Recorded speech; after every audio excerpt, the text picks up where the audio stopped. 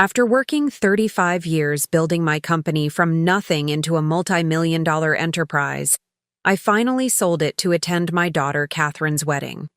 What I didn't expect was to be seated alone in the corner while my ex-husband and his new wife enjoyed the place of honor at the head table. After running a successful tech company for over 3 decades, I had finally decided to retire. Catherine was getting married to Bradley, the son of a prominent family in our city, and I wanted to focus on helping with wedding preparations. I had saved diligently throughout my career, living modestly despite my success. Before we jump back in, tell us where you're tuning in from, and if this story touches you, make sure you're subscribed, because tomorrow I've saved something extra special for you.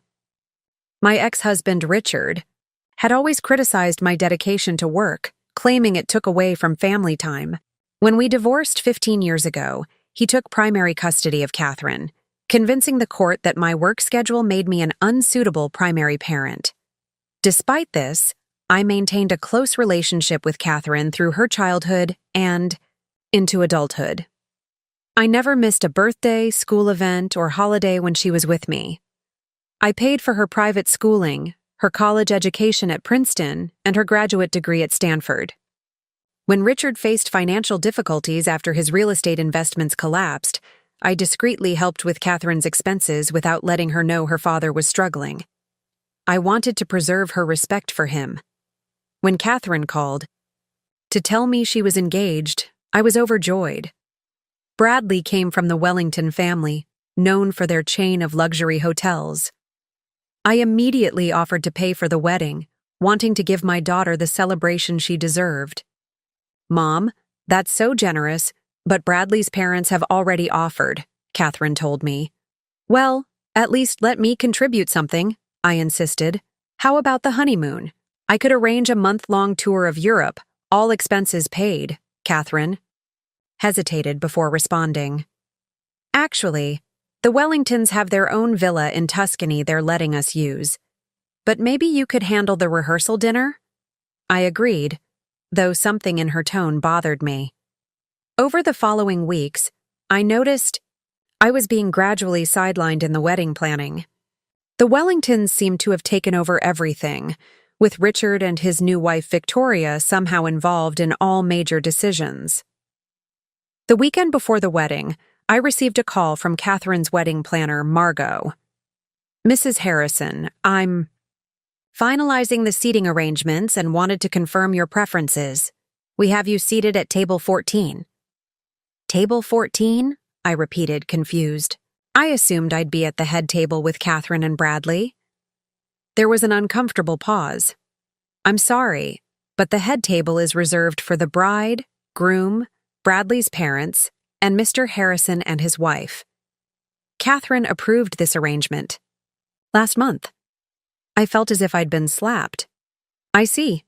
And where exactly is table 14? "It's near the back, by the kitchen entrance," Margot replied, her voice carefully neutral. "Catherine thought you might prefer a quieter spot since you don't know many of the guests." I took a deep breath, trying to process this information.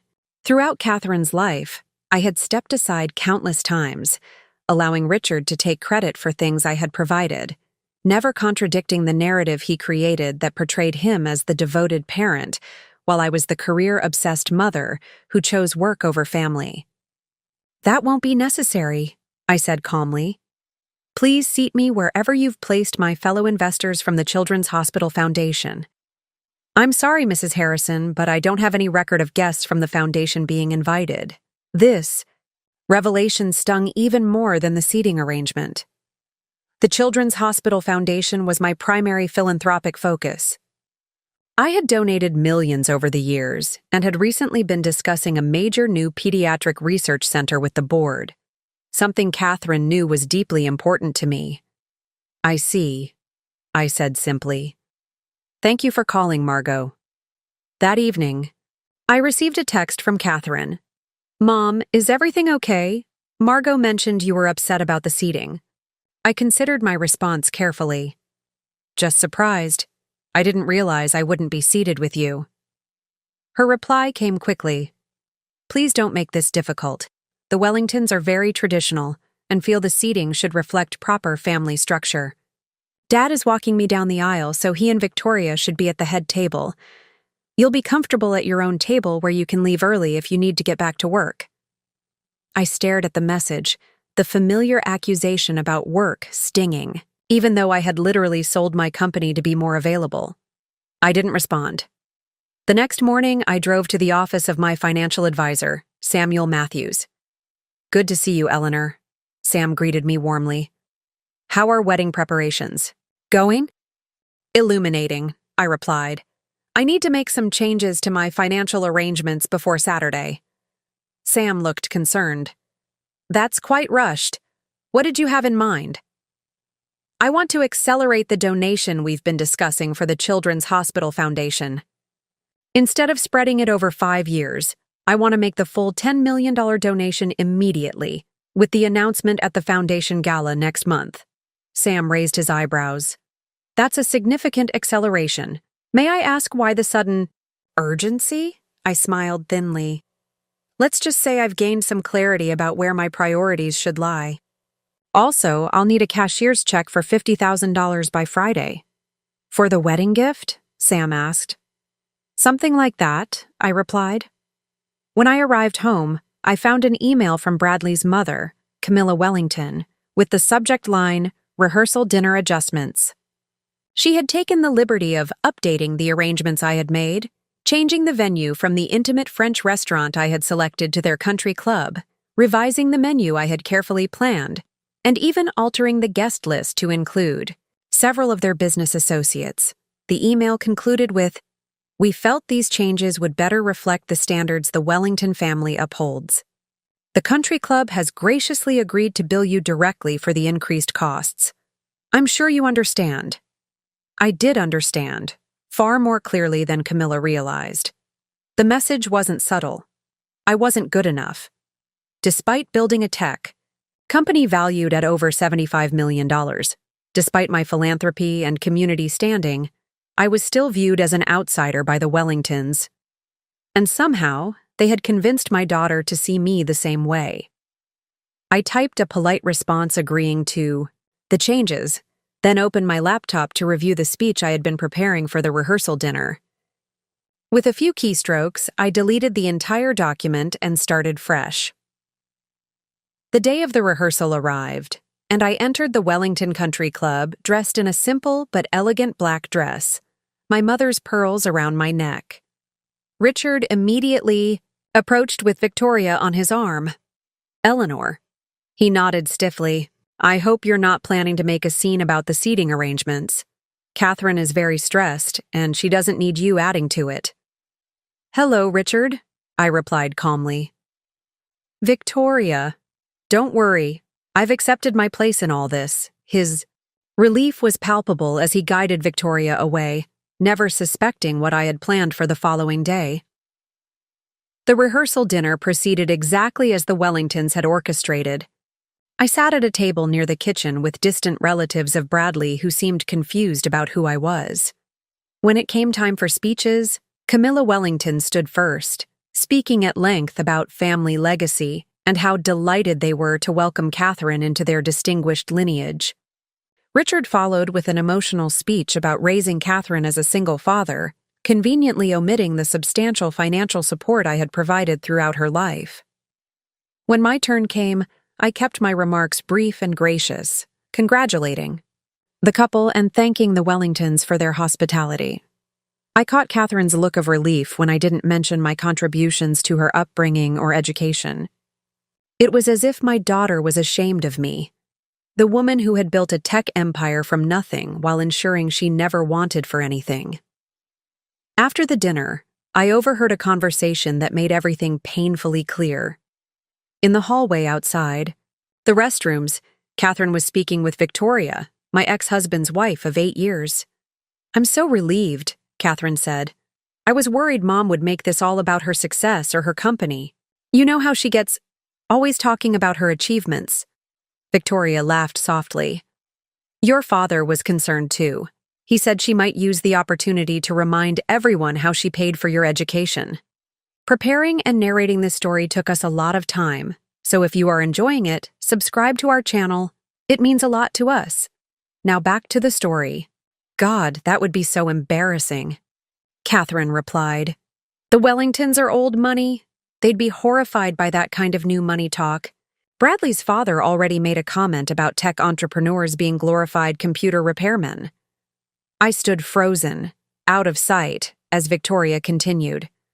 Well, at least you managed to seat her far away from everyone important. And it was smart, to keep her investors from that hospital charity off the guest list.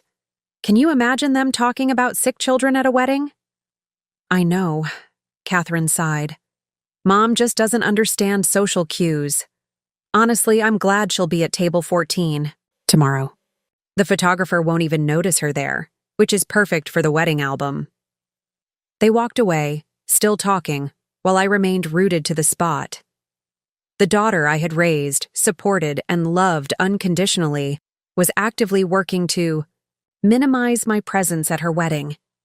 Not because I had been a bad mother, but because she was ashamed of how I had earned my success.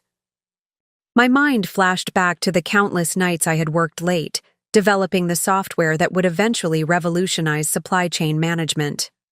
How I had taken investor calls from hospital rooms when Catherine was sick with childhood illnesses. How I had built my business around Catherine's schedule whenever possible, attending parent-teacher conferences and dance recitals even when it meant losing potential clients. I thought about the college tuition checks I wrote without complaint, the apartment I purchased near Stanford, so Catherine wouldn't have to worry about housing during graduate school, the connections I had leveraged to help her secure internships at prestigious firms. All while Richard played the role of doting father, never missing an opportunity to remind Catherine that my work kept me from being fully present. That night, I couldn't sleep. Instead, I reviewed my financial records, looking at every expenditure I had made for Catherine over the years. The total was staggering. Beyond the obvious expenses of education and housing, there were countless smaller contributions: the emergency credit card I maintained for her, the car insurance I still paid, the health insurance coverage she remained, on until last year. By morning, I had made my decision. I called Dr. Elizabeth Chen, the director of the Children's Hospital Foundation. Eleanor, this is a surprise, she answered. I thought you'd be busy with wedding preparations. I'd like to move up our timeline, I said without preamble. Instead of announcing the donation at next month's gala, I want to do it today. Today? She sounded startled. But we haven't prepared any press materials or invited media. That won't be necessary, I assured her. I'll handle the announcement personally. I just need you to confirm that you can accept the donation immediately, and that the research center will proceed as planned. After some discussion, Elizabeth agreed, clearly confused but unwilling to risk losing a $10 million donation. I gave her the details of my daughter's wedding reception, asking her to send a representative to arrive at precisely 7:30 p.m. during the scheduled toasts. Next, I called my assistant Rachel, who had stayed on to help me transition into retirement. Need you to prepare 2 documents, I instructed her. First, a comprehensive record of all financial support I've provided to Catherine since the divorce. Second, I need the most recent valuation of Harrison Tech, specifically highlighting the portions of the company that Richard attempted to claim during our divorce proceedings. Is everything all right? Rachel asked, concern evident in her voice. It will be, I replied. And Rachel? I'll need you to deliver these documents to me at the Wellington Hotel ballroom at exactly 7:15 this evening. The wedding ceremony itself was beautiful, if painful. I watched from the 5th row as Richard walked Catherine down the aisle, both beaming with pride. The Wellingtons sat in the front row, elegantly attired and looking every bit the distinguished family they purported to be. At the reception, I was indeed seated at table 14, near the kitchen as promised, with elderly relatives who seemed to have been placed with me for similar reasons of invisibility. I ate little of the elaborate meal, checking my watch frequently, as 7:15 approached. Right on schedule, Rachel appeared at my table, discreetly passing me a sleek portfolio before disappearing into the crowd. At 7:25, I saw Dr. Patricia Reynolds, the Foundation's Chief of Pediatric Research, enter the ballroom, looking uncertain. I nodded to her from across the room and she took a position near the back wall. At 7:30, the DJ announced it was time for toasts. Bradley's father went first, followed by his best man. Richard stood to speak next, raising his glass to his beautiful daughter and taking credit for raising such an accomplished young woman. I noted that Catherine's eyes glistened with tears as her father spoke, while Camilla Wellington nodded approvingly. When Richard finished to enthusiastic applause, I stood and walked deliberately toward the head table. The DJ, looking confused, hesitantly announced, "And now a few words from the mother of the bride." I could see Catherine's expression shift from surprise to alarm as I approached with the microphone. Richard half rose from his seat, as if to intercept me, but I was already standing before the assembled guests. "I won't take much of your time," I began, my voice steady. "I know my place at this wedding has been carefully determined, and it's not here at the front of the room?" A murmur ran through the crowd. Catherine's face had gone pale. However, I wanted to take this opportunity to announce something important. Today, in honor of my daughter's wedding, I am donating $10 million to the Children's Hospital Foundation to establish the Catherine Harrison Pediatric Research Center. The room fell completely silent. Dr. Reynolds stepped forward at my gesture, joining me at the front of the room. "This center," I continued, "will focus on developing treatments for childhood diseases and ensuring that medical care is available to all children, regardless of their family's financial circumstances, because I believe that every child deserves support, recognition, and the chance to thrive, even when it's inconvenient for those around them." I turned to look directly at Catherine, whose expression had transformed from embarrassment to shock. "I've spent my life building success not for my own glory, but to ensure my daughter would have every opportunity possible. I've never been ashamed of working hard to provide those opportunities, even when others judged me for it." I nodded to Dr. Reynolds, who stepped forward to accept the ceremonial check I produced from the portfolio. Flashbulbs popped as guests captured the moment on their phones. "Now, if you'll excuse me," I concluded, "I'll return to my table by the kitchen. I wouldn't want to disrupt the proper family structure of this celebration." As I returned to my seat at table 14, the ballroom erupted in confused murmurs. I could see Camilla Wellington leaning over to whisper urgently to her husband, while Richard's face had turned an alarming shade of red. Catherine sat frozen, her champagne glass clutched in a white-knuckled grip as she stared at me in disbelief. The DJ, trying desperately to recover the festive atmosphere, quickly announced the first dance. Bradley gently pulled Catherine to her feet and led her to the dance floor, though her movements were mechanical, her eyes still darting in my direction. At my table, the elderly relatives who had barely acknowledged me all evening suddenly became intensely interested in my presence. "Did you say $10 million?" asked the aunt seated beside me, her hearing aid now apparently working perfectly. I smiled politely. "Yes, it's a cause close to my heart." "And you built a technology company?" asked another relative, squinting at me with newfound respect. "Harrison Tech. We pioneered adaptive supply chain management software. I sold it last month for just over $75 million. Their expressions were almost comical, a mixture of shock, embarrassment, and the rapid recalculation that occurs when someone you've dismissed turns out to be significant. I excused myself and walked to the bar, where Rachel was waiting with a glass of champagne. "That was quite a statement," she said, handing me the drink. "How does it feel?" I took a long sip before answering. "Bittersweet, but necessary." Catherine looks shell-shocked. "She'll recover." The Wellingtons strike me as the type who quickly adapt to being in proximity to money, regardless of its source. As if on cue, I noticed Bradley's father making his way toward us, his expression carefully composed into a cordial smile. Rachel tactfully stepped away as he approached. "Mrs. Harrison," he said, extending his hand. "Charles Wellington. I don't believe we've had a proper introduction."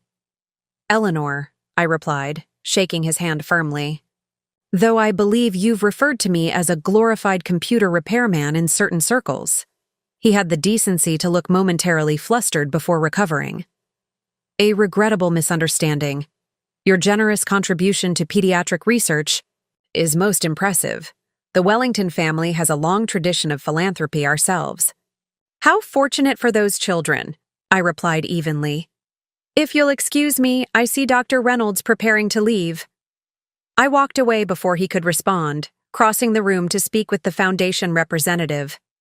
As we confirmed the details of the donation, I noticed Richard approaching, his new wife attempting to hold him back. "Eleanor," he hissed, barely containing his anger. "What exactly do you think you're doing?" "Making a charitable donation," I replied calmly. "I believe that's still legal in this state." "You're deliberately upstaging our daughter's wedding. This is supposed to be her day." "Is it?" "From where?" "I've been sitting, quite literally, at the back of the room. This seems more like a Wellington family showcase, with you playing the role of proud patriarch." Victoria tugged at his arm. "Richard, people are watching." He lowered his voice. "You've always been like this. Always having to prove you're the smartest, the most successful, the most important person in the room." I looked at him for a long moment, remembering the early years of our marriage when he had supported my ambitions, before my success had begun to eclipse his own. "No, Richard, I've always been exactly who I am, someone who builds things that last. The only difference is that I've stopped apologizing for it." I turned to Dr. Reynolds. "Please send me the final paperwork tomorrow. I'll be leaving shortly." As Dr. Reynolds departed, Catherine approached, her new husband hovering anxiously behind her. Her face was flushed, whether from dancing or emotion I couldn't tell. "Mom," she said, her voice tight, "could we speak privately?" We moved to a small, ante-room off the main ballroom. Catherine closed the door behind us, then turned to face me. "How could you do this?" she demanded. "Did you have to make such a scene?" I wasn't aware that charitable giving constituted a scene. "You know exactly what you did. You hijacked my wedding to make some kind of point." I studied my daughter's face, the face I had gazed at in wonder when she was born, had wiped tears from countless times, had watched mature into the beautiful woman before me. "Do you know why I named the research center after you?" I asked quietly. She crossed her arms defensively. "To embarrass me?" "Because despite everything, despite being seated at table 14, despite being excluded from the wedding planning, despite overhearing you and Victoria discussing how to minimize my presence in your wedding photos, I am still proud to be your mother." Catherine's eyes widened. "You heard that conversation?" I did. Just as I heard Bradley's father's assessment of my career. She had the grace to look ashamed. "Mom, it's not what you think. The Wellingtons are they're different from us. They have certain expectations about family and tradition.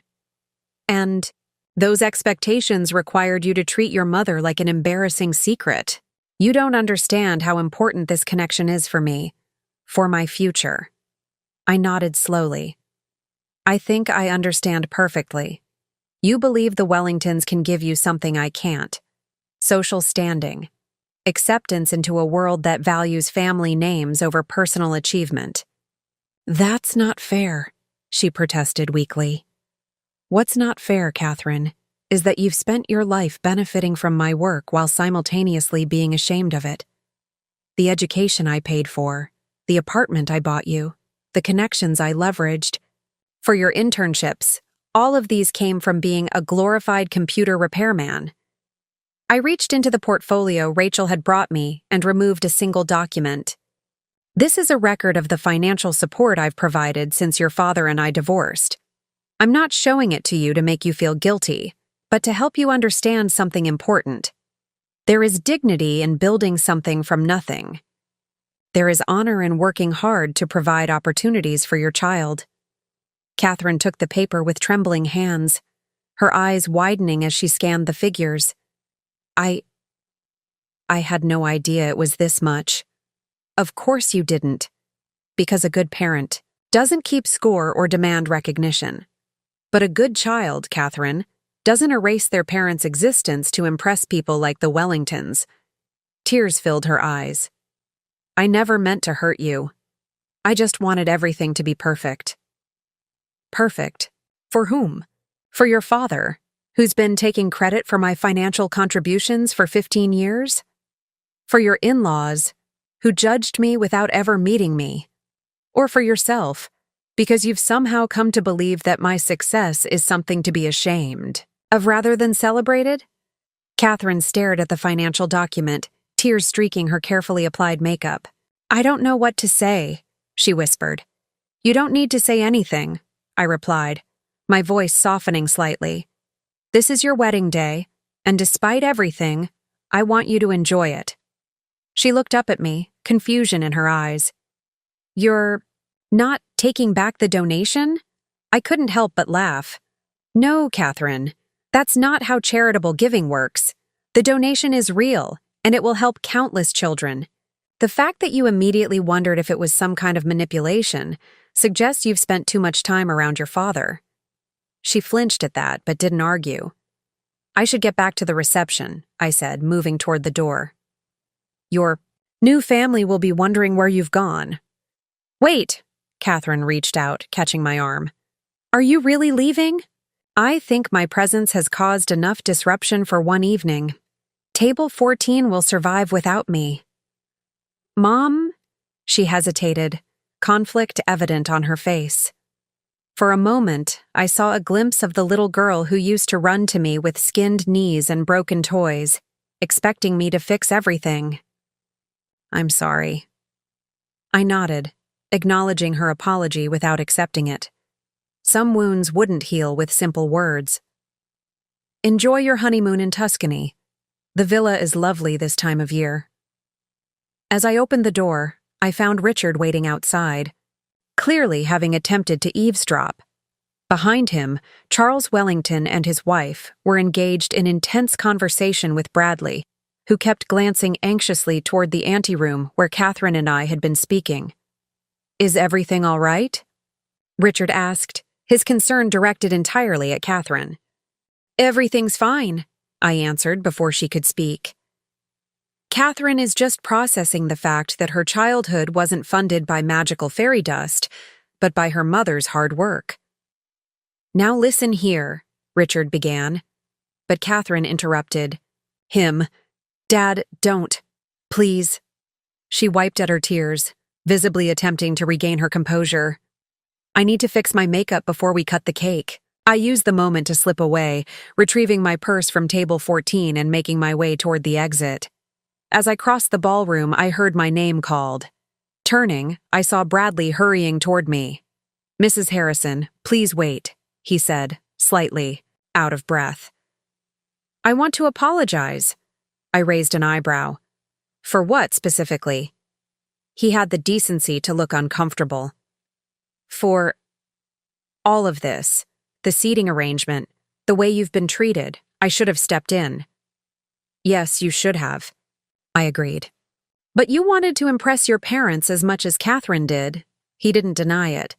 The donation you made, it's incredible. I work with several children's charities myself, and that kind of funding, it will change lives. I know, I said, simply. That's why I did it. Are you really leaving? I am. Please give my regards to your parents. Tell them I'm sorry we didn't have a chance to discuss my glorified computer repair business in more detail. Bradley winced. My father can be traditional in his views. Traditional is a diplomatic way of saying snobbish, I replied. But then I've never been particularly diplomatic. Another failing, I'm sure. As I turned to leave, Bradley surprised me by saying, I built an app in college, nothing fancy. Just a way to track and coordinate charitable donations for campus fundraisers. I always wanted to develop it further, But my father— For the first time, I looked at my new son-in-law with genuine interest. What programming language did you use? Python, with a React front end, he replied, a spark of enthusiasm breaking through his polished exterior. I wanted to implement blockchain verification for donation transparency, but never got that far. I found myself smiling genuinely. That's actually not a bad idea. The foundation could use something like that. For a moment, we connected over this shared interest, this glimpse of the person he might have been without the weight of Wellington expectations. If you're ever interested in discussing it further, I said, reaching into my purse for a business card, call me. Despite being retired, I still know people in the industry. He took the card carefully, as if it were something precious. I might take you up on that. Good. Now I really must go. Congratulations on your marriage. Take care of my daughter. As I walked out of the Wellington Hotel, the night air felt refreshingly cool after the stifling atmosphere of the ballroom. My driver was waiting as arranged, and as we pulled away, I allowed myself one backward glance at the grand building illuminated against the night sky. 3 days later, I was sitting in my home office reviewing some investment proposals when my phone rang. Expecting it to be Dr. Chen with an update on the research center, I was surprised to see Catherine's name on the caller ID. Hello, Catherine, I answered, keeping my tone neutral.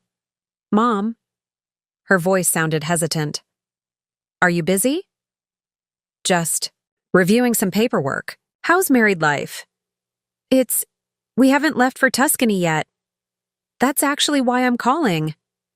I waited, letting the silence stretch between us. Bradley and I have been talking, she continued. About the wedding, about how you were treated, and about other things too. Such as his app idea. The one he told you about. He hasn't been able to stop talking about your conversation. This surprised me. It was a brief exchange, but it meant something to him.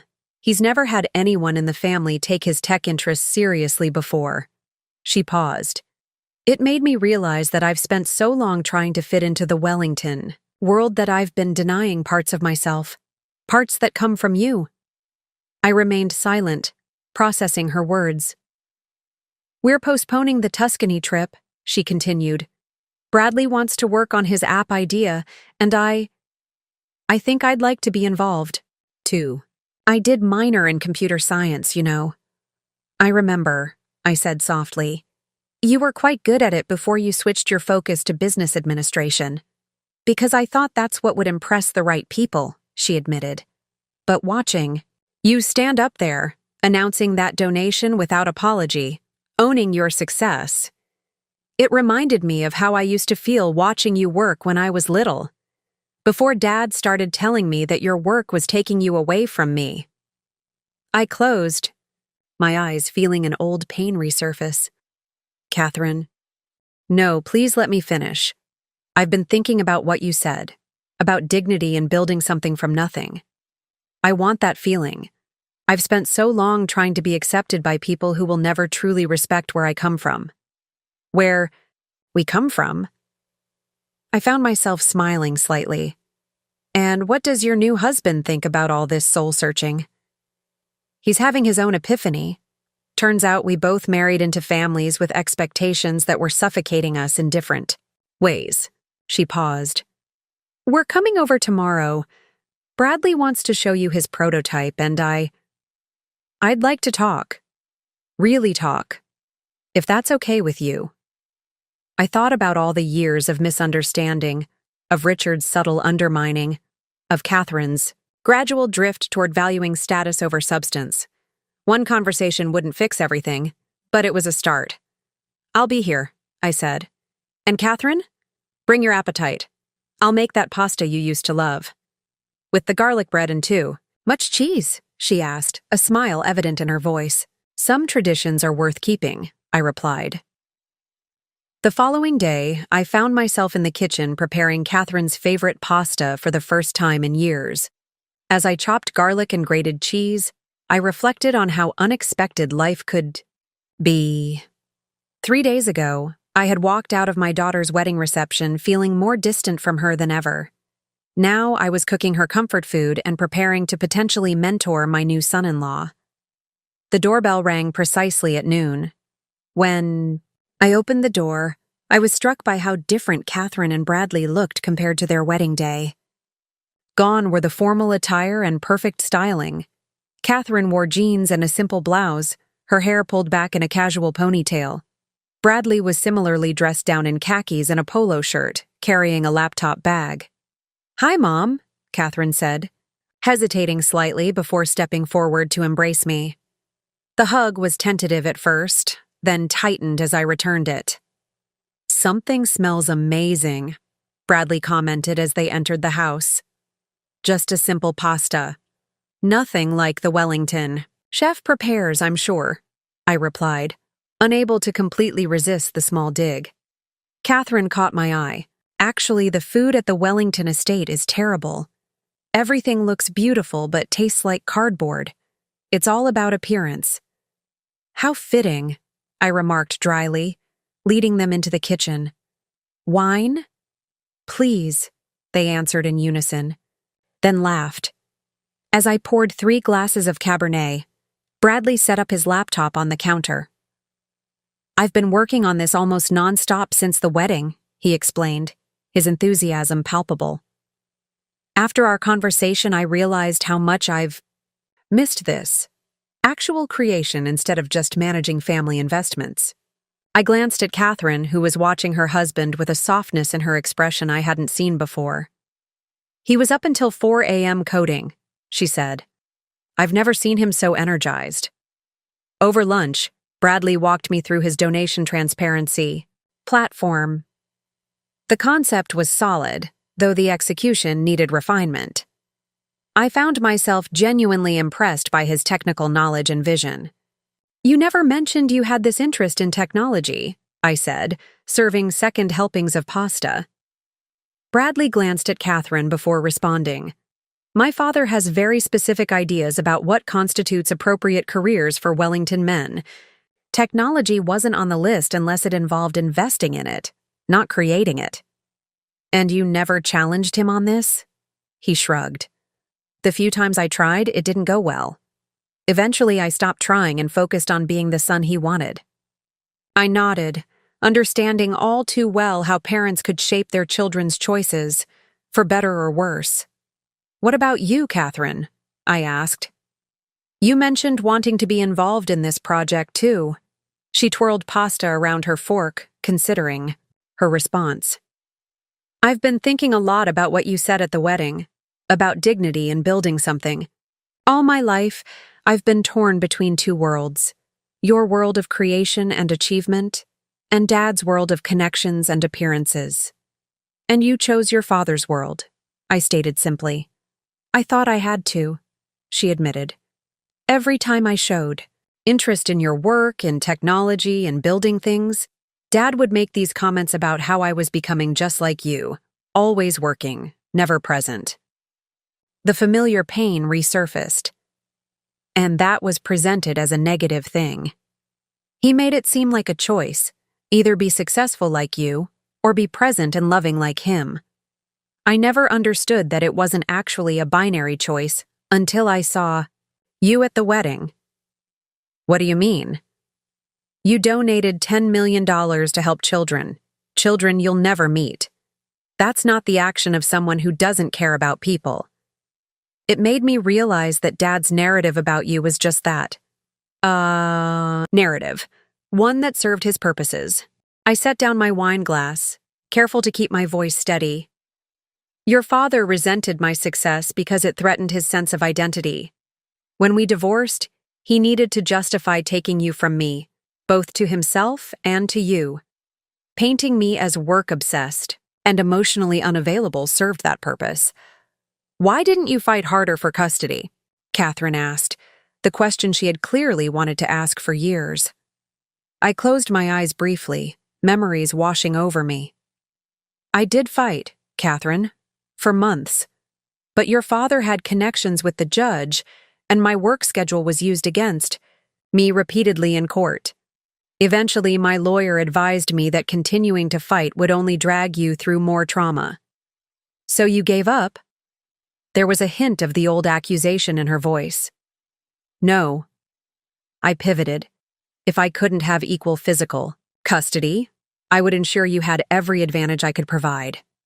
Education, experiences, opportunities. And I would never, ever speak ill of your father to you, no matter what narratives he was spinning about me. Bradley, who had been quietly listening, spoke up. That must have been incredibly difficult. It was the hardest thing I've ever done, I admitted. Harder than building my company, harder than fighting sexism in the tech industry. Loving a child you can't be with daily is its own special kind of pain. Catherine wiped away a tear. I had no idea. Dad always made it seem like the custody arrangement was mutual, that you preferred focusing on your company.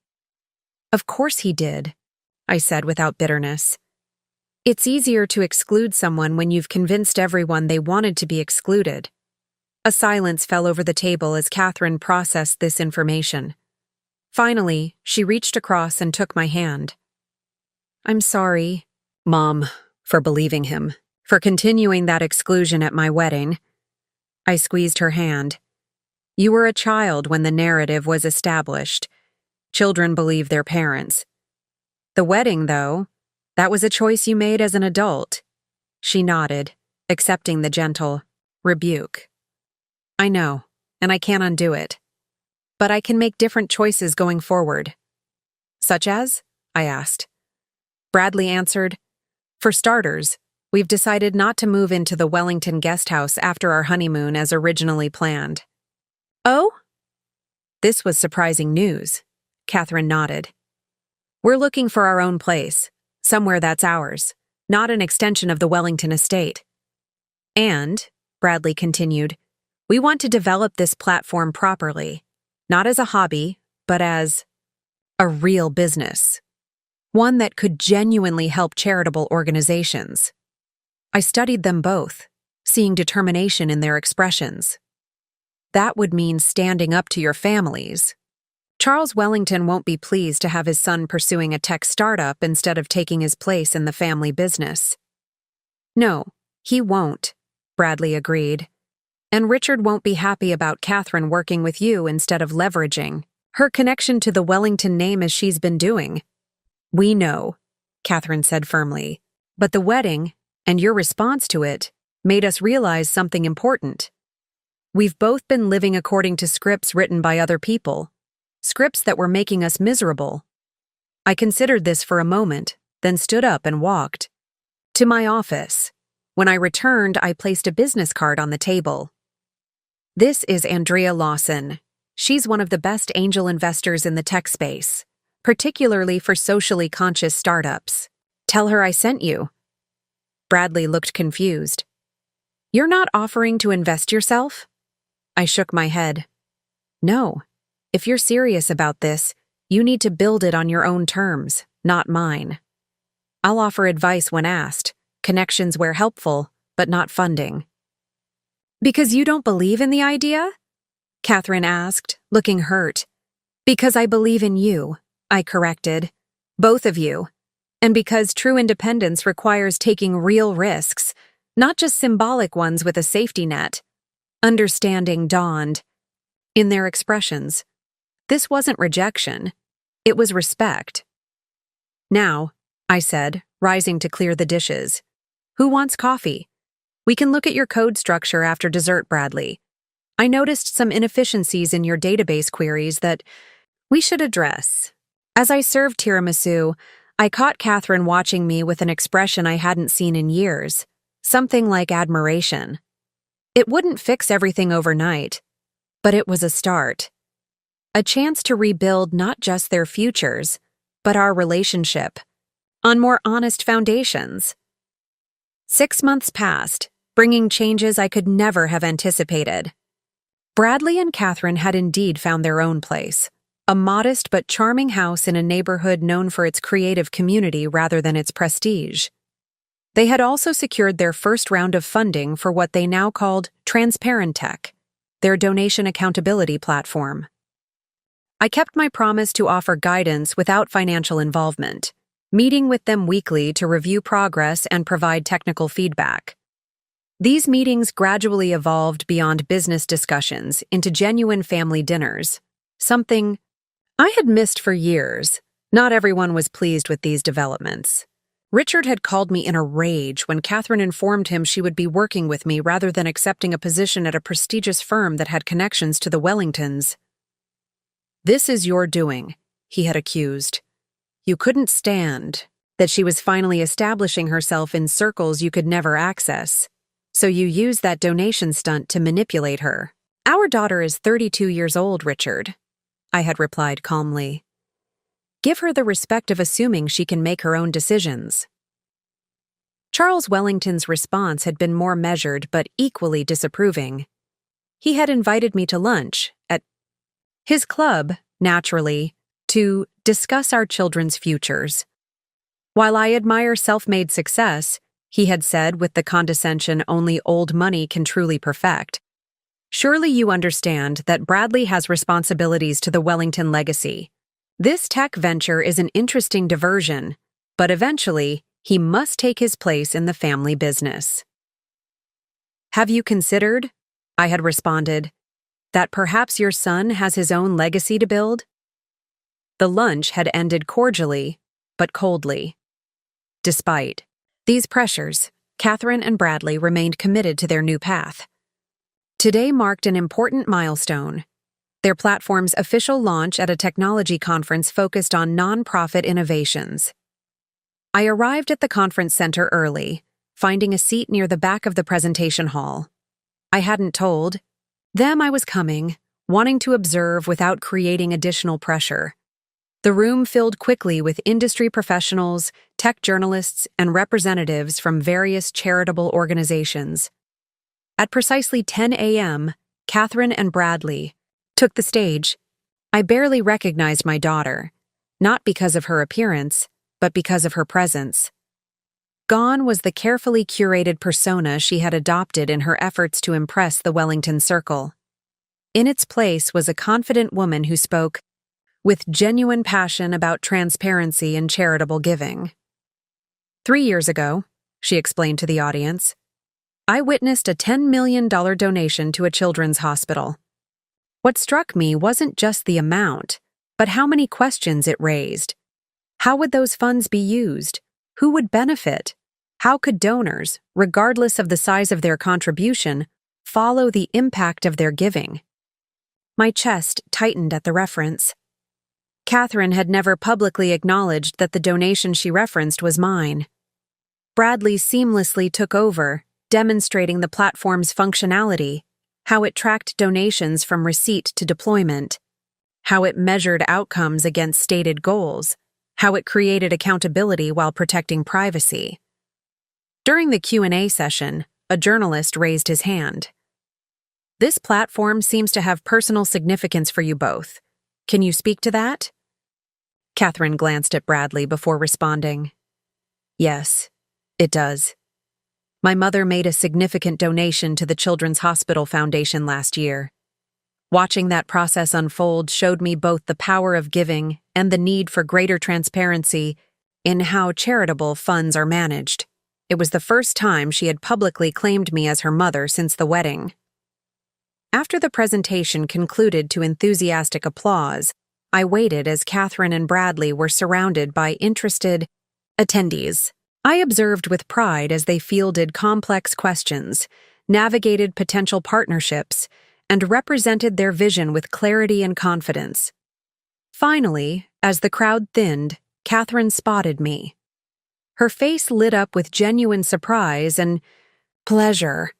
"Mom, you didn't tell us you were coming." She embraced me warmly. "I wanted to see you in your natural habitat," I replied with a smile. Impressive presentation. Bradley joined us, looking equally pleased to see me. "What did you think of the back-end modifications we implemented? The load testing has been promising, but we're concerned about scalability when we—" Catherine laughed, interrupting him. "Maybe save the technical deep dive for after we celebrate?" We were planning to have lunch at that Italian place you mentioned. As we left the conference center, a familiar voice called out, "Catherine, Bradley." We turned to see Richard approaching, looking somewhat out of place among the tech crowd in his expensive suit. Behind him, I was surprised to see Charles and Camilla Wellington. "Dad?" Catherine's voice held a note of confusion. "Mr. and Mrs. Wellington? What are you doing here?" Richard smiled, though it didn't quite reach his eyes. "Did you think we'd miss your big debut? Charles was in town for a board meeting, and I thought it would be nice to support you both." I noticed how he positioned himself as the thoughtful facilitator, taking credit for an appearance that clearly hadn't been planned in advance. Charles Wellington stepped forward, his expression unreadable. "Quite an interesting concept you've developed. Several of our foundation board members have been discussing the need for better accountability measures." Bradley straightened almost imperceptibly. "Thank you, Father. We believe it fills an important gap in the philanthropic ecosystem." The awkward tension was palpable. These people had excluded me from my daughter's wedding, had treated her technical interest with disdain, had pressured them both to conform to predetermined roles, and now they were here, presenting themselves as supportive family members. Catherine glanced at me, then back at her father and in-laws. "We were just headed to lunch to celebrate. Mom's joining us." Richard's smile faltered slightly. "Well, perhaps we could all go together? The Wellington Club is just a few blocks away." Before Catherine could respond, I spoke up. "I believe they already have plans, Richard. But I'm sure there will be other opportunities to celebrate their success." Catherine gave me a grateful look before turning to her father. "We have a reservation, Dad, but we'd love to have dinner with you all later this week." Charles Wellington looked as if he wanted to object to being declined, but Camilla placed a restraining hand on his arm. "That sounds lovely. We'll be in town until Sunday. Do let us know what works for your schedule." As they departed, Bradley exhaled audibly. "Thank you for that, Eleanor. The last thing we needed today was 3 hours of subtle criticism at the club." "Old habits die hard," I observed. "They're trying to reassert influence now that they see you might actually succeed on your own terms." Catherine nodded. 6 months ago, I would have canceled our plans and gone with them. It's still hard to say no." "That's because you're kind," I said, surprising myself with the gentle assessment. "You don't want to hurt them, even when they've hurt you. That's not a weakness, but you need to balance it with self-protection." As we walked to the restaurant, Catherine linked her arm through mine, a gesture she hadn't made since she was a teenager. "You know, when I was growing up, Dad always characterized you as cold and calculating. Your mother always puts business first," he'd say. But that was never true, was it? "I made my share of mistakes," I admitted. "There were times when work took precedence when it shouldn't have. But no, the caricature he created wasn't accurate." "I wish I had questioned it more," she said quietly. "Instead of just accepting his version of you, of us." I squeezed her arm, gently. "We can't change the past, Catherine, but this, right now, is a good present."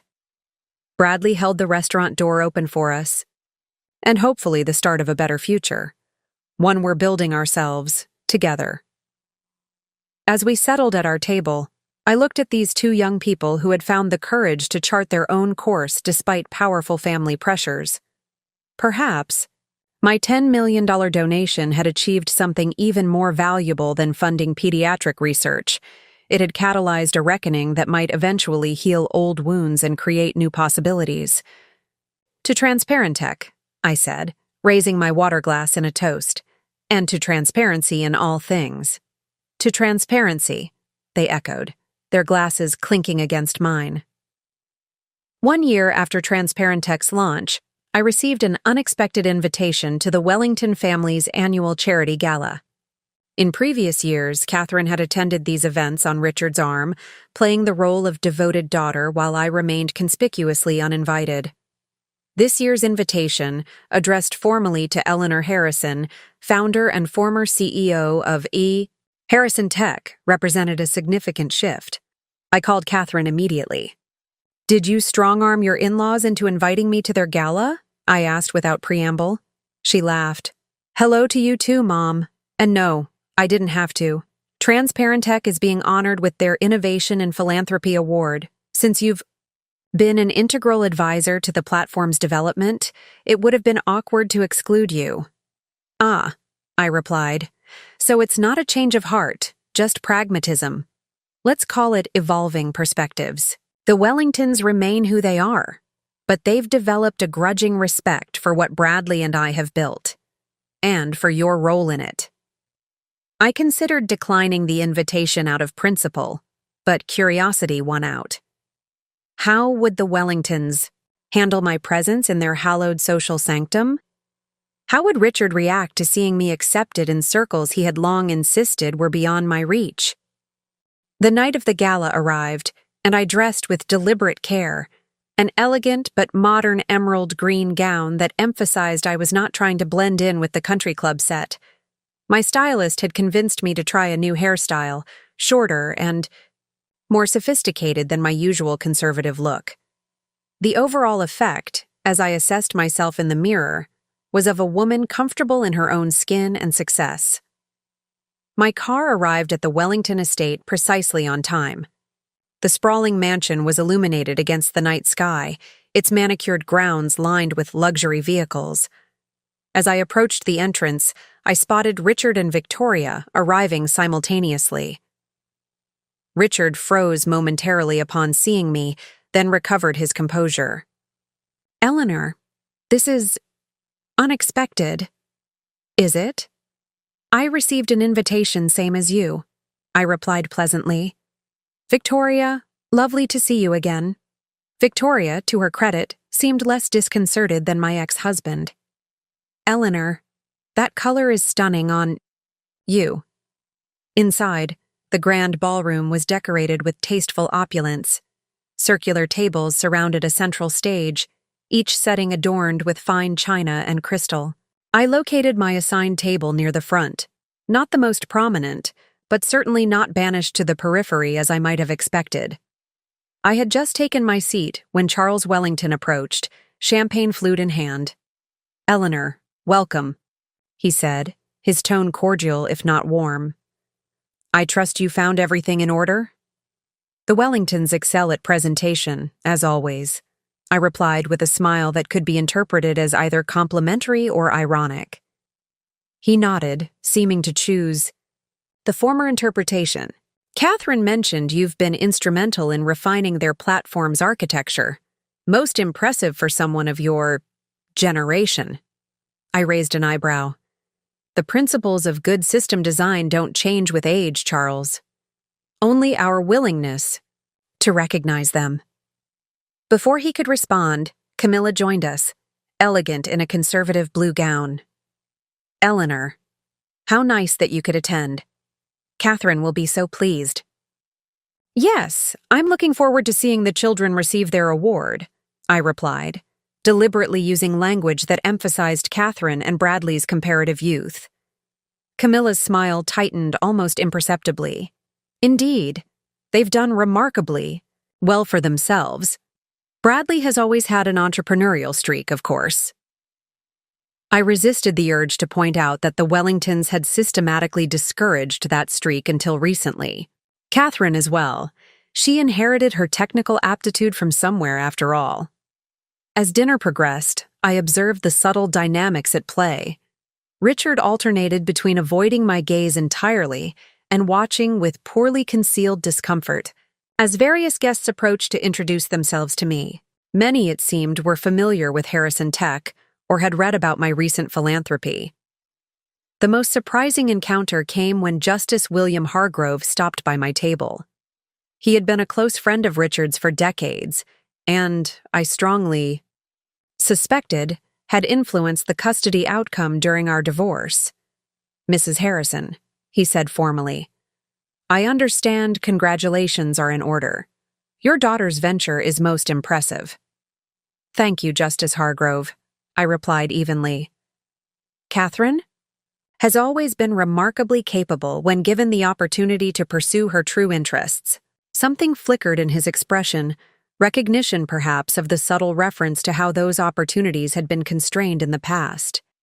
Yes, well, he cleared his throat. The next generation often surprises us with their paths. Only when we've been looking in the wrong direction, I responded with a smile. After dinner, Charles Wellington took the stage to present the evening's awards.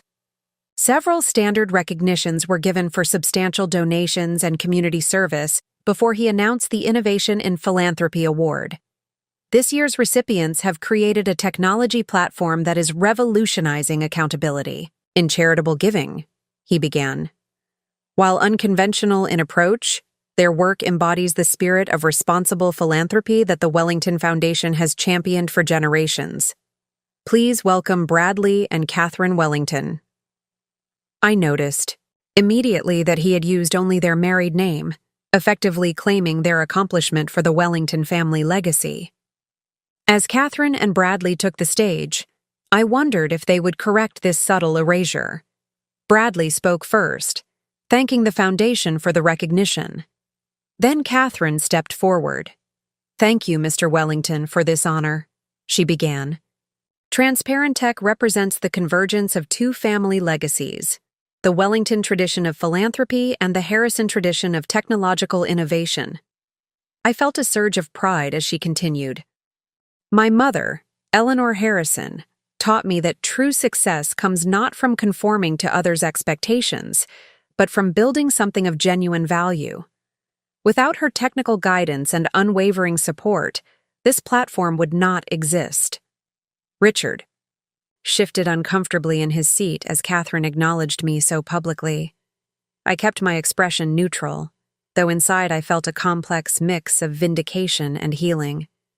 "In fact," Catherine continued, "the inspiration for Transparentech came from watching my mother donate $10 million to establish the Catherine Harrison Pediatric Research Center last year. That act of generosity and the questions it raised about how such funds are utilized sparked our vision for better accountability and philanthropy." A murmur ran through the audience as many connected the dots, realizing that the mother who had been essentially erased from Catherine's wedding was the same woman who had made a donation significant enough to name a research center after her. Hawshutter! As Catherine and Bradley concluded their acceptance speech, I noticed several guests glancing between Richard and me with newfound curiosity. The narrative he had cultivated for years, of the cold, work-obsessed ex-wife unworthy of inclusion in proper society, was unraveling in real time.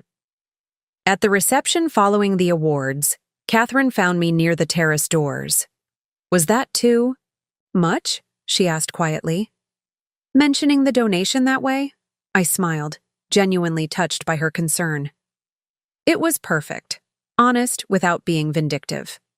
"Dad looks like he swallowed something unpleasant," she observed, glancing across the room where Richard was downing a scotch.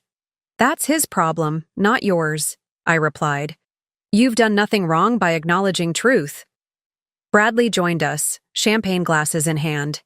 "To the most influential technical advisor Transparentech could have asked for," he said, offering me a drink.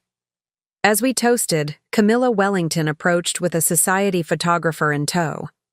"We must have a photo of the award recipients with their families," she announced.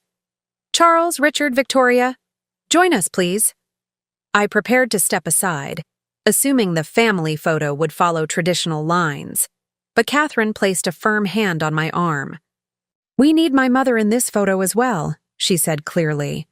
"Transparentech wouldn't exist without her." For a moment, tension crackled in the air. Camilla's smile froze, Richard looked stricken, and Charles Wellington's expression darkened slightly. Then, with the social grace that wealth and position had ingrained, Camilla recovered. "Of course," she said smoothly. "Eleanor, please join us." As we arranged ourselves for the photograph, I found myself standing between Catherine and Charles Wellington, with Richard and Victoria positioned on the opposite side of the group. The symbolism wasn't lost on me. I had finally been granted a place in the picture, even if it wasn't quite equal footing. The photographer captured several images, and as we dispersed, Charles Wellington surprised me by saying quietly, "Your daughter is quite remarkable. She has your determination." Coming from him, it wasn't exactly a compliment, but it was an acknowledgement, and sometimes that's enough to begin healing old wounds. 2 years after the Wellington Gala, Transparentech had grown from a promising startup into an industry standard. Over 400 charitable organizations now used their platform, and Catherine and Bradley had expanded their team to 20 employees. The company had recently been featured in Forbes as one of the top social impact startups to watch. My role had evolved as well. While I remained an advisor, Catherine and Bradley had developed their own expertise and confidence.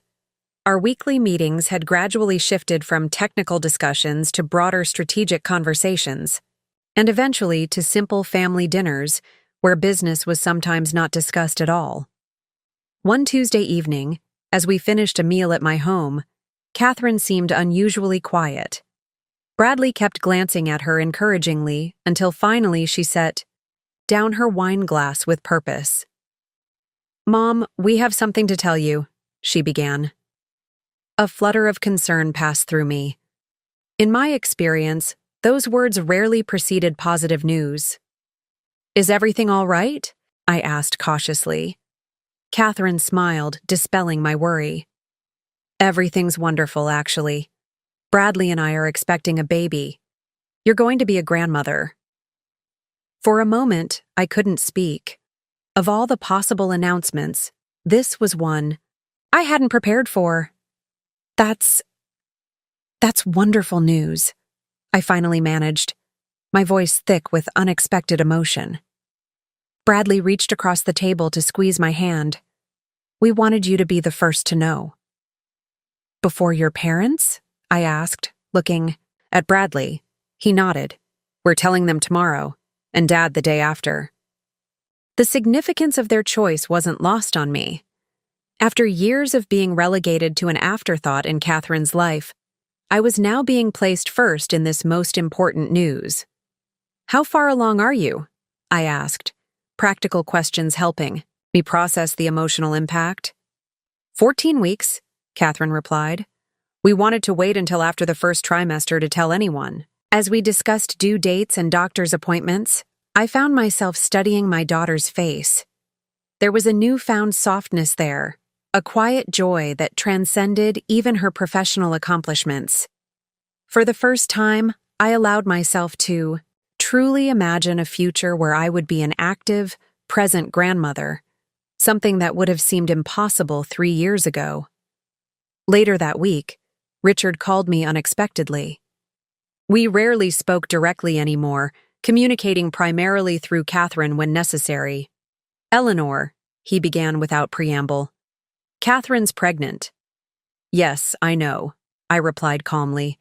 "She told me earlier this week." His momentary silence spoke volumes. "I see. Well, I'm calling because we need to discuss arrangements." "Arrangements? For the baby? Holiday schedules, birthday celebrations? I don't want a repeat of the unpleasantness from Catherine's wedding. It's important that we present a united front for our grandchild." I held the phone away from my ear for a moment, taking a deep breath to control my response. "Richard," I said when I returned to the call, "Catherine and Bradley are adults who will make their own decisions about how to involve their parents in their child's life. This isn't a custody arrangement that requires legal negotiation. Don't be difficult." "Eleanor," he snapped, "you know very well how these things work. Family traditions, expectations." "Actually," I interrupted, "I think the past few years have demonstrated that Catherine and Bradley are quite capable of making their own traditions and setting their own expectations. I suggest we both focus on supporting their choices rather than imposing our own." After we hung up, I sat in my office contemplating this new chapter. Richard's call had clarified something important. The patterns of the past would be easily repeated if I allowed it. The competition, the positioning, the subtle undermining. It could all begin again around this innocent child if the adults involved didn't consciously choose a different path. The following weekend, Catherine invited both Richard and me to dinner. At their home. Separately, with Richard and Victoria scheduled to arrive an hour after me. When I questioned this arrangement, Catherine sighed. One step at a time, Mom. Dad's still processing the fact that we told you first, and that we're planning to use the Harrison name as the baby's middle name, regardless of gender. When I arrived, Catherine gave me a tour of the room they were converting into a nursery. The walls were still blank, the space largely empty except for a few boxes of furniture waiting to be assembled. We're thinking of a space theme, she explained. Stars and planets, but sophisticated enough to grow with the child. I smiled, remembering how she had loved stargazing as a little girl. I still have your old telescope in storage, the one we used to take to the roof of the apartment building. Catherine looked surprised. You kept that? Even after you moved? Of course. I kept everything of yours that you left behind.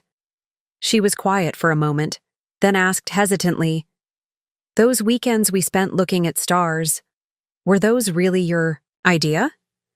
Dad always said you only did science activities because you thought they would make me smarter, not because you enjoyed them.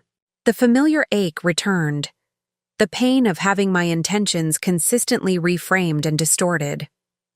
Catherine, those were some of my favorite memories. Yes, I wanted to encourage your interest in science, but mainly because it was something we shared, something that connected us. She nodded slowly. I've been thinking a lot about narratives lately, how the stories we're told shape our understanding of reality. When I look back now, I can see how many of the stories I believed about you were actually Dad's interpretations, not my own experiences. Before I could respond, the doorbell rang, signaling Richard and Victoria's arrival. Catherine squeezed my hand briefly before going to answer it.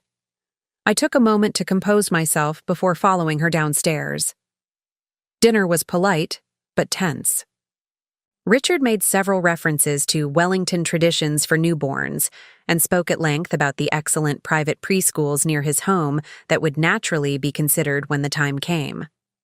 I noticed Catherine and Bradley exchanging glances but saying little to contradict these assumptions. After dessert, as we moved to the living room for coffee, Bradley finally spoke up.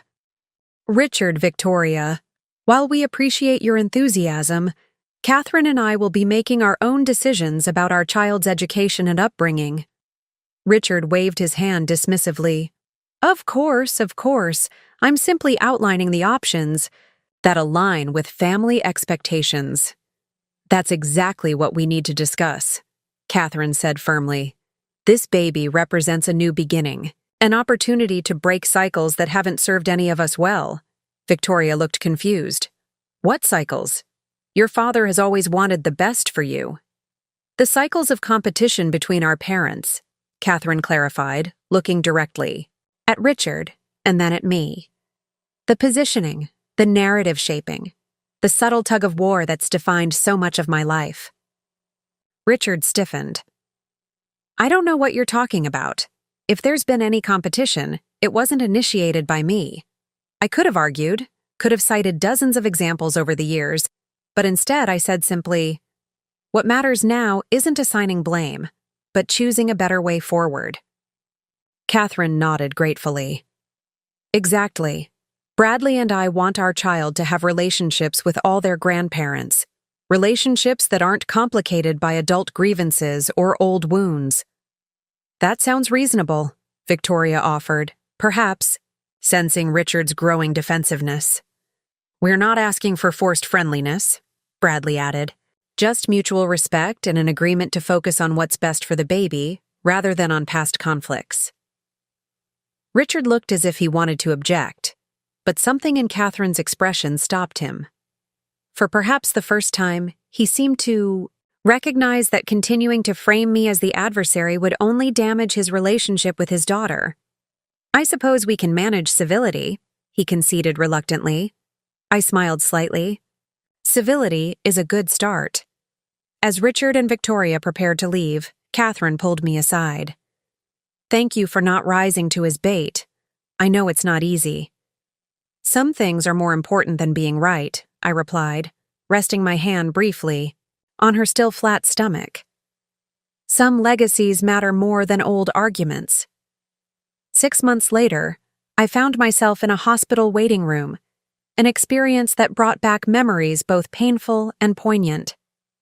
When Catherine had been born, Richard and I had still been happily married, our future together seemingly secure. Now I sat across from him and Victoria, all of us waiting for news of Catherine's labor. Bradley appeared periodically with updates, his face a mixture of excitement and anxiety.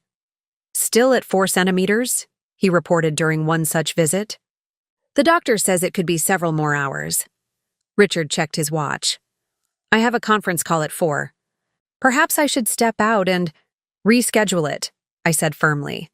Some things only happen once. He looked startled by my direct intervention, but after a moment nodded.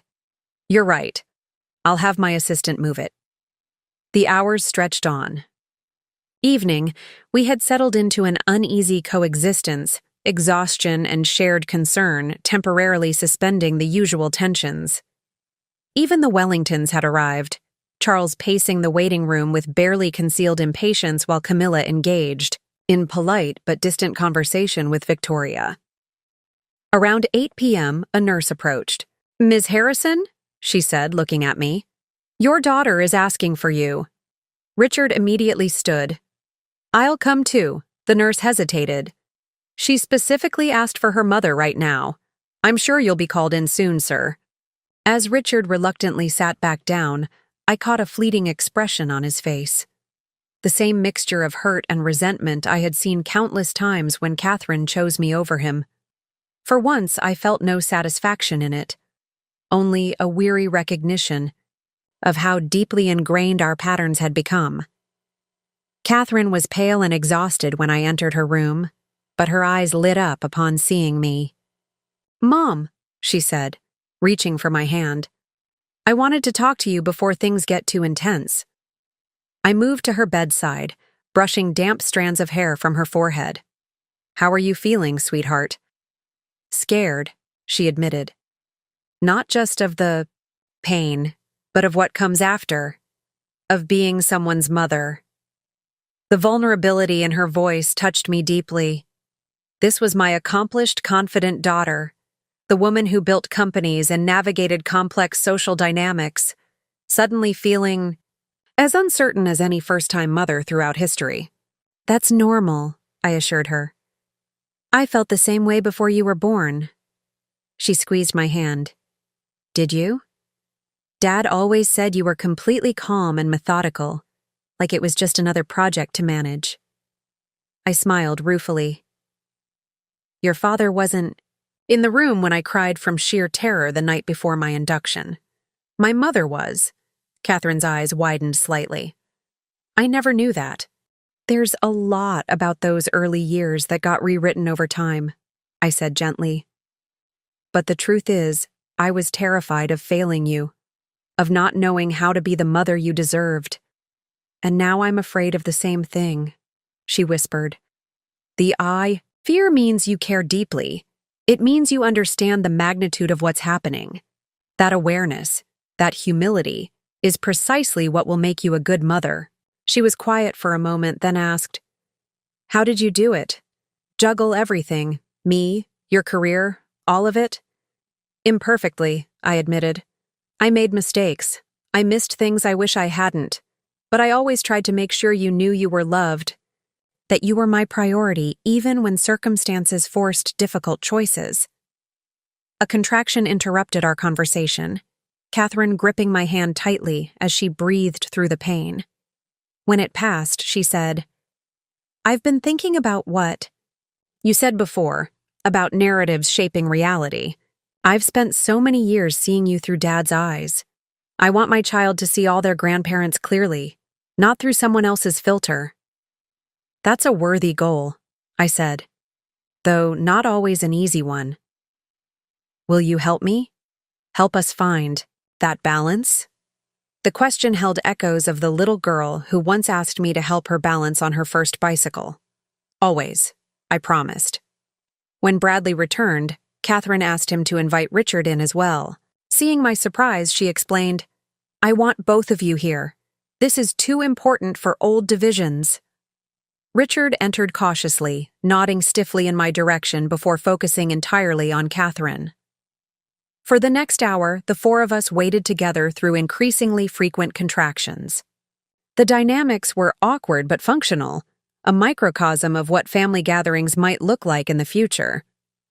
When the doctor announced it was time to move to delivery, Catherine looked at Bradley, then at Richard and me. "I want Mom in the delivery room with us," she said clearly.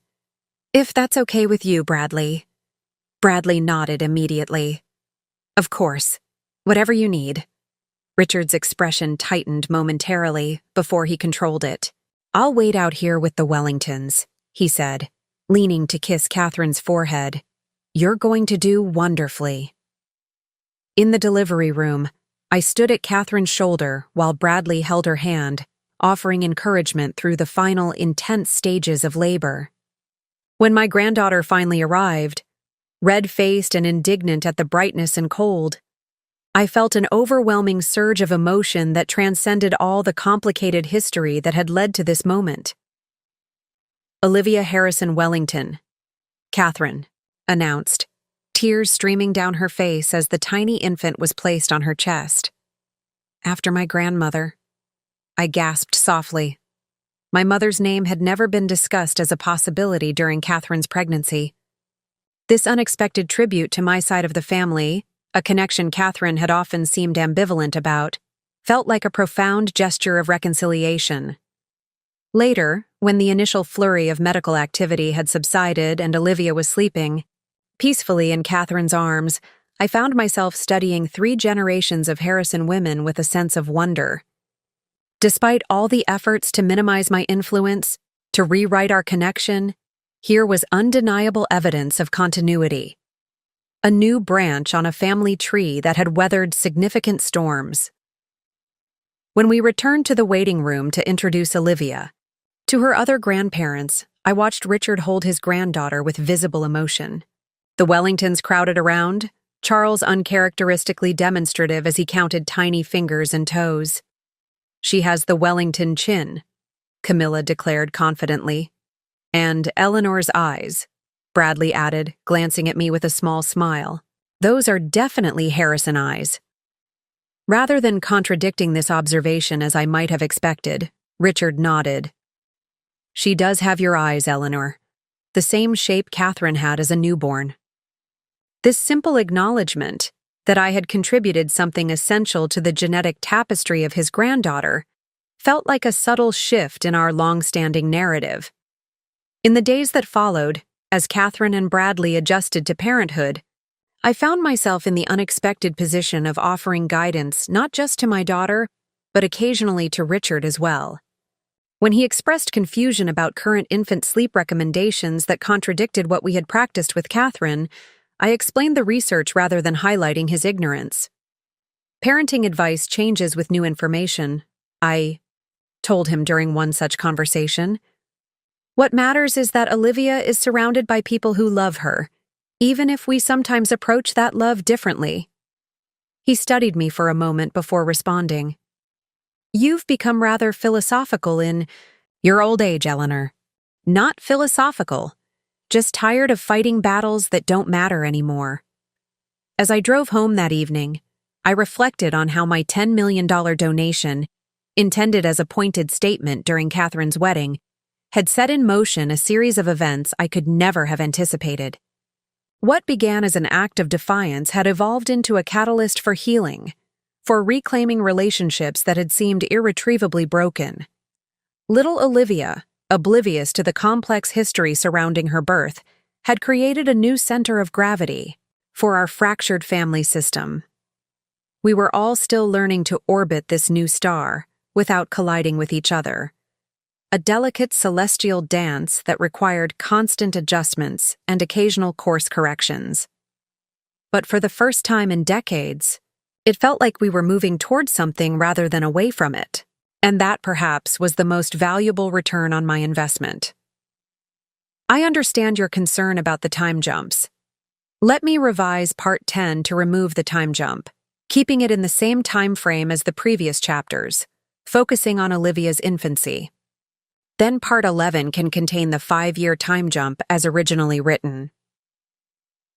3 months after Olivia's birth, I settled into a new routine that revolved around weekly visits to Catherine and Bradley's home. These Thursdays quickly became the highlight of my week. A few precious hours with my granddaughter and a gradual rebuilding of the mother-daughter relationship I had once feared was irreparably damaged. Today, as I arrived at their modest house, I found Catherine looking particularly exhausted, dark circles beneath her eyes as she bounced a fussing Olivia on her hip. "Rough night?" I asked, setting down the bag of groceries I'd brought. "She's teething," Catherine explained, relief flooding her face as she passed the baby to me. "Bradley had to travel for a meeting with potential investors. I haven't slept. More than 2 hours at a stretch." I cradled Olivia against my shoulder, her tiny body immediately relaxing as I swayed gently from side to side. "The frozen washcloth trick still works wonders, you know. It helped you when you were this age." "I tried that," Catherine sighed, collapsing onto the couch. "Along with every other remedy recommended on every parenting website. Nothing works for more than 30 minutes. I smiled sympathetically. "Why don't you go take a nap? I've got her for the next few hours." "Are you sure?" "I don't want to take advantage." "Catherine," I interrupted gently. "This is what grandmothers are for. Get some rest." As Catherine disappeared gratefully into her bedroom, I settled into the rocking chair with Olivia, humming softly as I had, once done for her mother. The familiar motion and melody soon had the baby drifting into a peaceful sleep, her tiny fingers curled around my thumb. I studied her face, the perfect miniature features, the long eyelashes resting against rounded cheeks. There was something of Catherine there, certainly, but also hints of Bradley, of Richard, even of the Wellington lineage. And yes, as Bradley had noted at the hospital, something of me as well, particularly around the eyes. I was still rocking when the doorbell rang an hour later. Careful not to disturb Olivia, I rose slowly and made my way to the entrance, surprised to find Richard standing on the doorstep. "Eleanor," he said, equally startled. "I didn't expect you to be here." "Thursday is my regular visit," I explained quietly, gesturing to the sleeping baby in my arms. "Catherine's resting. Rough night with teething." Richard nodded, his expression softening as he looked at his granddaughter. "Victoria sent over some teething tablets that helped her niece. I was in the neighborhood and thought I'd drop them off." "That's thoughtful," I said, genuinely meaning it. "Would you like to come in for a bit? She'll probably sleep for another half hour at least." He hesitated before stepping inside, moving with uncharacteristic uncertainty in a space he clearly didn't visit often. We settled in the living room, the sleeping baby creating a natural focus for our attention that made the usual tension between us less pronounced. "You look comfortable with her," Richard observed after a moment. "It's like riding a bicycle," I replied. "You never really forget." He smiled faintly. "I remember how you were with Catherine as a baby. You always had the magic touch when she was fussy." The comment surprised me, an acknowledgement of early parenting memories we rarely referenced. "You weren't so bad yourself," I offered, "especially with the midnight feedings." A comfortable silence settled between us as we both watched Olivia sleep. There was something surreal about sitting peacefully in the same room with Richard after so many years of strained interactions and pointed barbs. "I've been thinking," Richard said finally, his voice careful, "about what Catherine said in the hospital, about how our competition has affected her." "As have I admitted. It wasn't always like this between us, he continued, his gaze still fixed on Olivia. Before the divorce, before success changed things, we were partners. I nodded slowly. Success didn't change things, Richard. Your response to my success did. He looked up, a flash of the old defensiveness crossing his features before he visibly tamped it down. Perhaps that's fair. It challenged my sense of identity when your career eclipsed mine, and justified a narrative that positioned me as deficient as a mother, I added quietly. Richard had the grace to look uncomfortable. I told myself it was for Catherine's benefit, that she needed stability, tradition. She needed both her parents supporting each other, not undermining each other. Yes, he conceded. I see that more clearly now. Olivia stirred in my arms, making the little snuffling sounds that preceded waking. Richard leaned forward slightly, his expression softening. May I? He asked, extending his arms. I carefully transferred the baby to him, watching as he settled her against his chest with surprising tenderness. Olivia blinked up at him, momentarily confused, before breaking into a toothless smile of recognition. There's my girl, Richard murmured, all pretense of dignity forgotten. The front door opened, and Bradley entered, looking tired from travel, but brightening immediately at the domestic scene before him. Richard, he greeted, setting down his briefcase. I didn't know you were visiting today.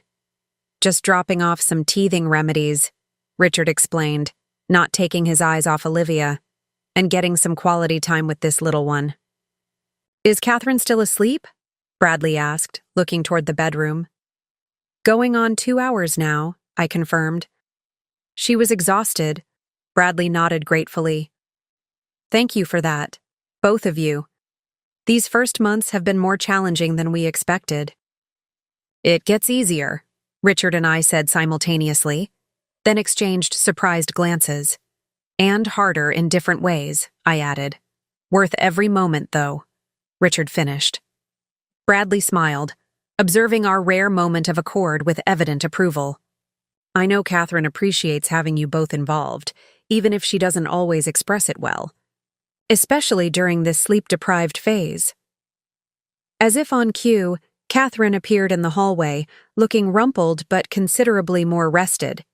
She stopped short at the sight of both her parents sitting amicably in her living room, her father cradling, her daughter while conversing peacefully with her husband. Am I still dreaming? She asked, only half joking. Your father brought some teething remedies, I explained. We've been having a surprisingly civil conversation about the good old days. The good old days? Catherine raised an eyebrow. I wasn't aware you two acknowledged any days as good in your shared history. There were more than you might think, Richard replied, gently bouncing Olivia as she began to fuss. Before complications set in. Catherine looked between us skeptically. And this newfound nostalgia is because your daughter deserves better than to inherit our dysfunction, I said simply. And because holding this little one, Richard added, looking down at Olivia, puts things in perspective, Catherine. Crossed the room to take her daughter from Richard, her expression thoughtful. Well, whatever's caused this ceasefire, I hope it lasts. It's nice not feeling caught in the crossfire for once. As the evening approached, I prepared to leave, gathering my things while Catherine fed Olivia and Bradley prepared dinner. Richard, too, was making his departure, and we found ourselves walking out to our cars together. This was unexpected, I commented as we reached the driveway, but not entirely unpleasant, he acknowledged. No, I agreed. Not entirely. Do you think we can maintain this? For Olivia's sake? He asked, a rare vulnerability in his question. I considered for a moment before answering. I think we can try. Not because we'll suddenly become friends, but because some things matter more than old grievances. Richard nodded, opening his car door. Next Thursday is your regular visit? Yes. Perhaps I could stop by the following week then. establish my own routine that doesn't overlap and create tension. I recognized the olive branch for what it was, an acknowledgement of boundaries, an effort to create separate but parallel relationships with our shared family. I think that would be wise, I replied. A good start. As I drove home that evening, I reflected on how differently things were unfolding than I could have anticipated that day at the wedding reception. My donation, made partly from pain, had created ripples of healing that continued to expand in unexpected ways. The $10 million check had been a statement about my worth, my place, my right to recognition. But its true value had emerged in what followed. The reconciliation with Catherine, the gradual rebuilding of family connections, and now, this tentative truce with Richard. Some investments yield returns beyond calculation. This, it seemed, had been mine. 5 years passed in a blur of milestones and memories. Catherine and Bradley did purchase the house on Maple Street, and I found a comfortable townhome just 10 minutes away. True to their word, they maintained clear boundaries while welcoming regular involvement from all grandparents. Richard and Victoria lived 20 minutes in one direction, the Wellingtons 30 minutes in the other, a geographic arrangement that somehow balanced the complex family ecosystem. Transparentech had grown into a respected industry leader, expanding beyond charitable giving to governmental transparency initiatives. Catherine and Bradley had welcomed a second child, a son named James, who was now 2 years old and adored his big sister. On a crisp autumn afternoon, I received an unexpected call from Dr. Patricia Reynolds at the Children's Hospital Foundation. "Eleanor, I hope I'm not disturbing you," she began, her voice warm with familiarity after years of regular updates on the research center's progress. "Not at all. How are things at the center?" "Wonderful, actually. That's why I'm calling. The Catherine Harrison Pediatric Research Center has been selected for the National Innovation in Medicine Award. The committee specifically cited our breakthrough work on childhood autoimmune disorders." "That's extraordinary," I replied, genuinely pleased. The center had exceeded all expectations, developing treatments that had already improved thousands of children's lives. "They want to honor you at the awards ceremony next month," Dr. Reynolds continued, "as the founding donor whose vision made this possible." "Me?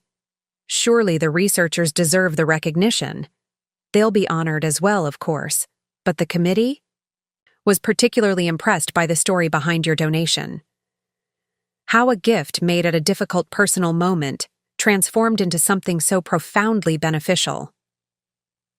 I was silent for a moment, remembering that day at Catherine's wedding. The hurt, the anger, the determination to be acknowledged. "Catherine should be recognized too," I said finally. "It's her name on the center, after all." "We've already invited her and Bradley. They're delighted to attend." After we ended the call, I sat in my garden contemplating how differently things had unfolded than I could have imagined that day at the wedding reception. My donation, made partly from pain, had created ripples of healing that extended far beyond my family. To children I would never meet, to families facing medical crises I would never know. That evening, as we gathered for our weekly family dinner, at Catherine and Bradley's home, I shared the news about the award. "Mom, that's incredible," Catherine exclaimed, reaching across the table to squeeze my hand.